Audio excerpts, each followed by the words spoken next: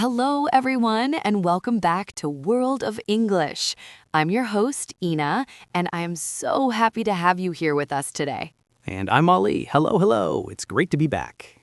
Ollie, you sound energetic today. How was your morning? Did you have a good breakfast? Honestly, yes. I had some bread with cheese and a cup of tea. Simple but perfect. What about you? Pretty much the same. I woke up a little early, so I had time to sit and enjoy my tea. Sometimes the simple mornings are the best. I agree. Speaking of simple things, I was thinking about this weekend. I did some things, but when a friend asked me about it, I just said, it was fine, and that was it. I couldn't think of how to say more. I know that feeling. You have the memories, but the words don't come out the way you want. Exactly. I wanted to tell her about the walk I took or the food I tried, but I didn't know how to make it sound natural. Well, you are going to love today's episode because today we are going to learn how to talk about your weekend easily, naturally, and with all the little details that make a story interesting. Really? That's exactly what I need. And it's not just for you, Ollie. This is for every listener who has ever wanted to share their weekend but didn't know where to start. Whether your weekend was relaxing, busy, or even a little boring, we will give you the tools to talk about it with confidence. I already feel better just knowing we're going to cover this. Now, before we jump into the lesson, we have a small favor to ask. If you are finding value in these episodes, please give this video a like. It really helps other English learners discover our channel. And if you haven't already, hit that subscribe button so you don't miss any future lessons. Also, if you know someone who is learning English, maybe a friend or a family member, share this episode with them. Learning together is always more fun. Yes, every like and subscribe helps us keep making these lessons for you. All right, Ollie, let's start with a quick question. When someone asks you, how was your weekend? What is the first thing that usually comes to your mind? I usually think of one activity, but I don't know how to put it in a full sentence. That's okay. In the next chapter, we are going to learn some simple, powerful words that will help you build those sentences. And by the end of today, you'll be able to share your weekend stories like a natural speaker. I'm ready. Wonderful. Stay with us. We'll be right back after a short pause. Welcome back. So, Ollie, we were talking about that moment when someone asks you about your weekend. You know what you did, but the words don't come out easily. Yes, it's like the ideas are there in my head, but they're stuck. That happens to so many learners, and the reason is usually one small thing. We need the right building blocks. When we talk about the weekend, we are talking about something that already happened, so we need to use the simple past tense. Past tense. I know about it, but sometimes I get confused with the verbs. That's completely normal. Some verbs are regular, we just add ed, but many common verbs are irregular, which means they change completely. The good news is you only need a few to start talking about your weekend. That sounds less scary. Let me give you the most useful weekend verbs. Listen to these. Go becomes went, visit becomes visited, stay becomes stayed, watch becomes watched, play becomes played, and meet becomes met. Okay, I know some of these. Went, that's a common one, and met is different from meet. Exactly, you noticed that. Met is irregular. Let's practice with some simple sentences. I'll say a sentence and you repeat it, okay? Okay. I went to the park. I went to the park. Perfect. I visited my friend. I visited my friend. Good. I stayed at home. I stayed at home. Beautiful. Now you try making your own sentence. Think about something you did last weekend. Use one of these verbs. Last weekend, I watched a documentary. Excellent. I watched a documentary. That's a complete sentence. How did it feel to say that? Actually, it felt good. Simple, but it said exactly what I did. That's the power of these verbs. You don't need complicated grammar. You just need the right simple past verb and you're already telling a story. So if I say I played football or I met my cousin, that's enough? That's more than enough to start a conversation. But here's a secret. If you want to make your weekend story even more interesting, you can add one more piece of information. For example, I went to the park. Okay, but I went to the park on Saturday morning. Now it feels alive. Oh, so I can add the time? Yes, or the place or who you were with. We'll practice that in the next chapter. But first, let's make sure you feel confident with these verbs. I feel much better already. Can I try one more sentence? Of course. I stayed at home on Friday evening. That was a perfect sentence, Allie. You used the past tense, stayed, you added the time, on Friday evening, and it sounded completely natural. See, you're already doing it. Really? That felt easy. Because it is easy when you have the right tools. Remember these verbs: went, visited, stayed, watched, played, met. These 6 words will help you describe almost any weekend activity. I'm going to write them down. And here's a small tip for our listeners. When you learn a new verb in past tense, try to use it in one sentence about your own life. That's how you remember it. So instead of just memorizing, I connect it to a real memory. Exactly. Now we have the building blocks. But a weekend story is not just one sentence, right? In the next chapter, we're going to learn how to add more details, the when, the where, and the who, so your weekend story becomes a complete picture. I'm ready for that. I want to be able to tell someone and have them really see what I did. That's exactly what we're going to do. Stay with us.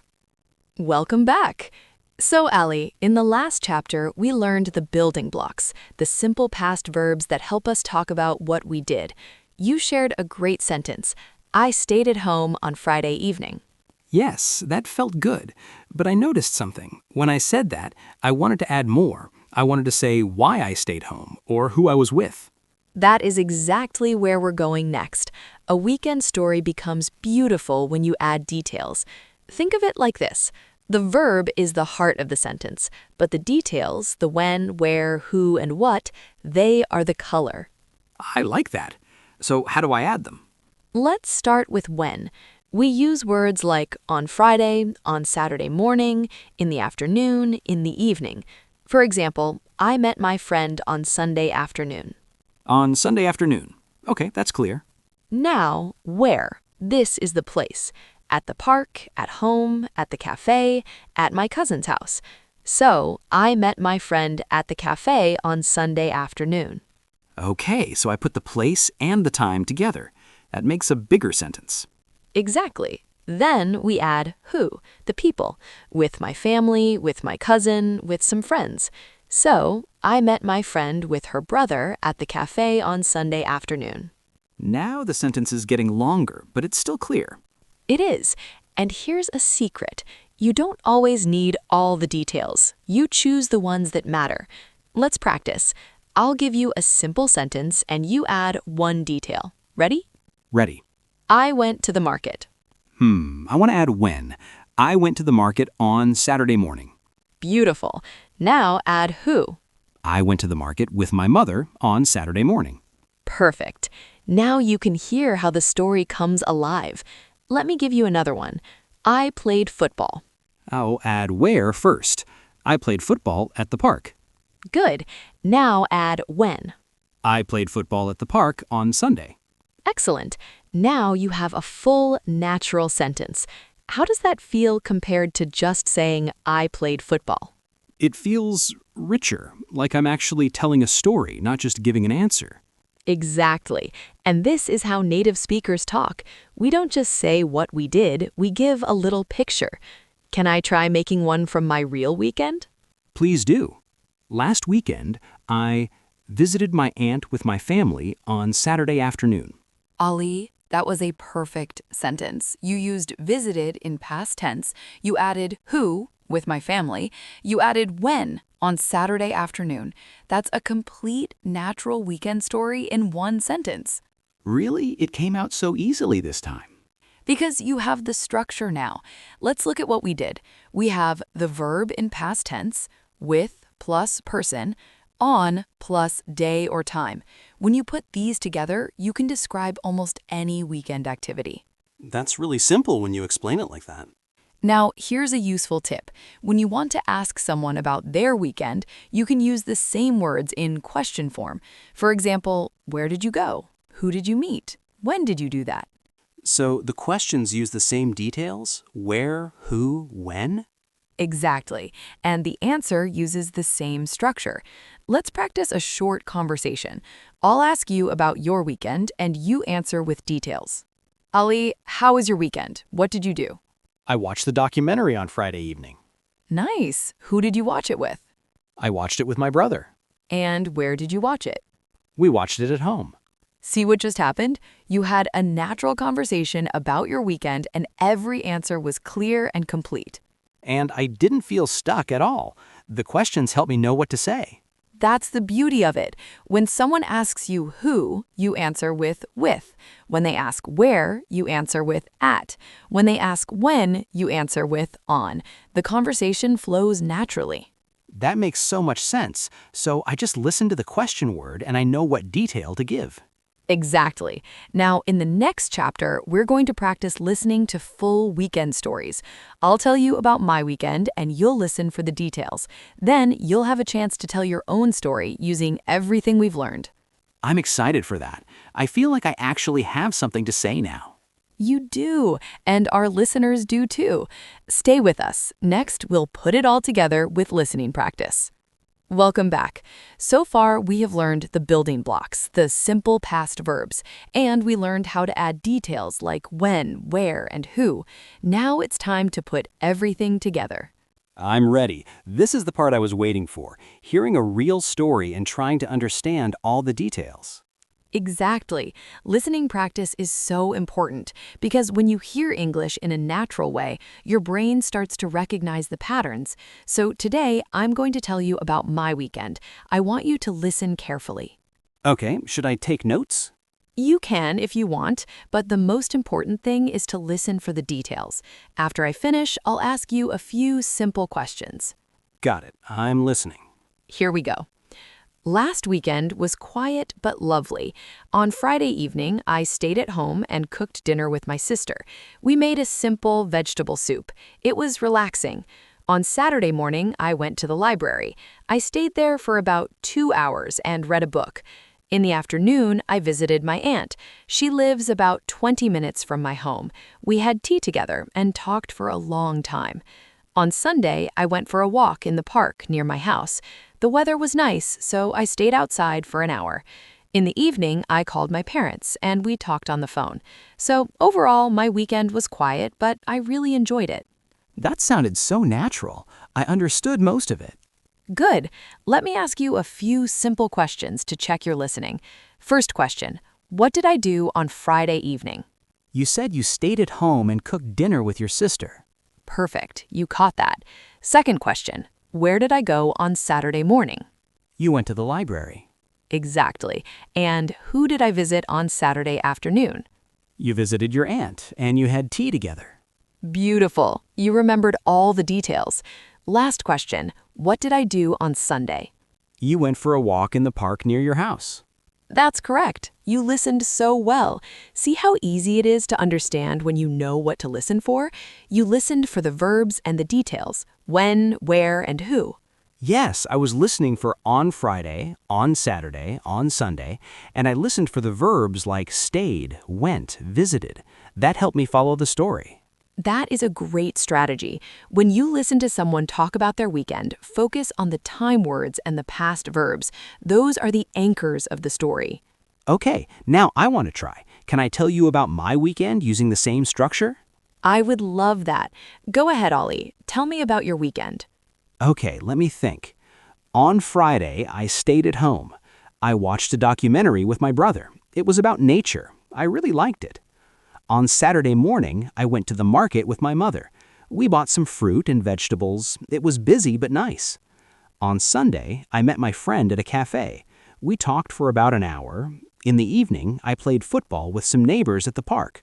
So my weekend was, how do I say it? Full, busy, but good. Ollie, that was wonderful. You used stayed, watched, went, met, played, all in past tense. You added when, on Friday, on Saturday morning, on Sunday. You added where, at home, at the market, at a cafe, at the park. You added who, with my brother, with my mother, with my friend, with some neighbors. Really? I didn't even realize I was doing all of that. That's because it's becoming natural for you. You told a complete weekend story with details, and it was easy to follow. If someone asked you about your weekend now, you would have so much to say. I feel like I could actually have a real conversation about my weekend now. Before, I would just say, it was fine, and stop. And now? Now I can say where I went, who I was with, and what day it happened. It's like I unlocked a new ability.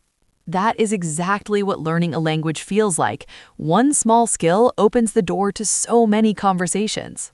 I noticed that when you told your story, you also said how you felt, like it was relaxing and I really enjoyed it. How do I add that? Ah, that is a wonderful question. Talking about facts, what you did, is the first step, but adding your feelings makes the story even richer. We will cover exactly that in the next chapter. Perfect, because my weekend was busy, but I also want to say that I enjoyed it. And you will. In the next chapter, we'll learn how to express feelings about your weekend, whether it was relaxing, exciting, boring, or wonderful. Stay with us. Welcome back. In the last chapter, you told a wonderful weekend story, Ollie. You shared what you did, where you went, and who you were with. But you asked a very important question. How do we add feelings? Yes, I noticed that when you told your story, you said things like, it was relaxing and I really enjoyed it. That made your story feel more alive. You're absolutely right. Facts tell people what happened, but feelings help people understand how you experienced it. And when you share your feelings, the conversation becomes warmer and more natural. I want to learn how to do that. Sometimes I feel something about my weekend, but I don't know the right words to express it. That's exactly what we're going to practice today. Let me give you some simple phrases to express how you feel about your weekend. I'm ready. The first and most useful structure is very simple. It was plus adjective. For example, it was relaxing. It was busy. It was quiet. It was fun. It was boring. It was wonderful. So instead of just saying what I did, I can add a sentence about how I felt. Exactly. And you can put it at the beginning or the end. For example, my weekend was wonderful. I visited my aunt on Saturday. Or you can say, I visited my aunt on Saturday. It was wonderful. That's simple. I can do that. Let's practice. I'll give you a weekend activity and you add a feeling using it was. Ready? Ready. You went for a walk in the park. The weather was nice. I went for a walk in the park. It was relaxing. Beautiful. Another one. You stayed at home and read a book. I stayed at home and read a book. It was quiet. Perfect. One more. You met many friends and went to different places. I met many friends and went to different places. It was busy but fun. Excellent. You even added but fun to give more detail. That was very natural. It felt good to say that. It made the sentence feel more complete. Now, there's another way to express feelings. Instead of saying it was, you can say I felt or I had. For example, I had a great time. I had a relaxing weekend. I felt happy. I felt tired but satisfied. So I can choose different ways to say the same feeling. Exactly. Let me give you a few more useful phrases. I really enjoyed it. It was exactly what I needed. I had so much fun. To be honest, it was a little boring. To be honest, that's a nice way to say something without sounding negative. Yes, it shows honesty and makes the conversation feel real. Now, let's put this together with your weekend story from before. Remember what you shared? Yes, I went to the market with my mother, I met my friend at a cafe, and I played football with some neighbors. Now add feelings to that story. Tell me about your weekend again, but this time tell me how you felt. Okay, let me try. On Friday, I stayed at home and watched a documentary with my brother. It was interesting. I really enjoyed it. On Saturday morning, I went to the market with my mother. It was busy, but I had a great time with her. On Sunday, I met my friend at a cafe. We talked for about an hour. It was nice to see him. In the evening, I played football with some neighbors. I felt tired after, but it was fun. So overall, my weekend was busy, but I enjoyed every part. Ollie, that was perfect. Do you hear the difference between this version and the one you told before? Yes, before I just said what I did. Now I feel like I'm sharing my experience. The person listening can understand how I felt. That's exactly right. And this is what makes conversations meaningful. When someone asks, "How was your weekend?" they aren't just asking for a list of activities. They're asking how you experienced those days. Now you have the words to answer that question fully. So I can say what I did and then add, it was relaxing or I had a great time. Yes, and sometimes you don't even need to list everything. You can simply say, "My weekend was wonderful. I visited my aunt and we had a lovely time together." That one sentence tells both the fact and the feeling. I like that. It's shorter but still complete. Now, what if your weekend was quiet and you didn't do much? You can still express that in a positive way. For example, "I didn't do much this weekend. I stayed home and rested. It was exactly what I needed." So even a quiet weekend can sound nice if I say it the right way. Absolutely. The feeling you add makes all the difference. Ina, I feel so much more confident now. Before today, I could only say what I did. Now I can say how I felt too. And that is a big step. You have all the tools now: past tense verbs, details like when and where, and expressions of feeling. In our final chapter, we're going to recap everything we learned and give you a chance to practice one more time. I'm ready for that. I want to put it all together. Stay with us for the final chapter, recap and real-life practice. Welcome back to the final chapter of today's episode. Ollie, we have covered so much together. I want to take a moment to remember everything we learned. Yes, let's do that. I want to make sure I have it all clear in my mind. Let's do a quick recap, fast and fun. I'll say a question and you give me the answer from what we learned today. Ready? Ready. First, when we talk about the weekend, what tense do we use? Simple past tense, because the weekend is finished. Perfect. Second, name 3 past tense verbs we learned. Went, visited, stayed, watched, played, met. That's more than 3. That's right. You've remembered all 6. Third, how do we add details like when and where? We use on for days, on Friday, on Saturday morning. And we use at for places, at the park, at home, at the cafe. Also with people, with my family, with my friend. Excellent. Fourth, how do we add feelings to our weekend story? We can say, it was relaxing, it was busy, it was fun. Or we can say, I had a great time, I really enjoyed it, I felt happy. Beautiful. You remembered everything. Now, let's put it all together with one final conversation. Let's pretend a friend asks us about our weekend. I'll start. Allie, how was your weekend? It was really nice, thank you. On Friday, I stayed at home and watched a documentary with my brother. It was interesting. That sounds lovely. What did you do on Saturday? On Saturday morning, I went to the market with my mother. It was busy, but I had a great time. And on Sunday, I met my friend at a cafe. We talked for a long time. And how did you feel about the weekend overall? I felt happy. It was busy, but I enjoyed every part. What about you, Ina? How was your weekend? My weekend was quiet. On Friday evening, I cooked dinner with my sister. It was relaxing. On Saturday, I visited my aunt and we had tea together. On Sunday, I went for a walk in the park. The weather was nice, so I stayed outside for an hour. I really enjoyed it. That sounds peaceful. I'm glad you had a good weekend. Thank you, Allie. And now, listeners, you see how natural this conversation sounds? We used past tense verbs, we added details, and we shared our feelings. This is exactly how native speakers talk about their weekends. It feels so natural when you put it all together. I didn't feel stuck at all. That's because you have the tools now, and our listeners have them too. Now, before we say goodbye, we have a special invitation for you. Today's lesson was all about talking about your weekend, so here is your practice task.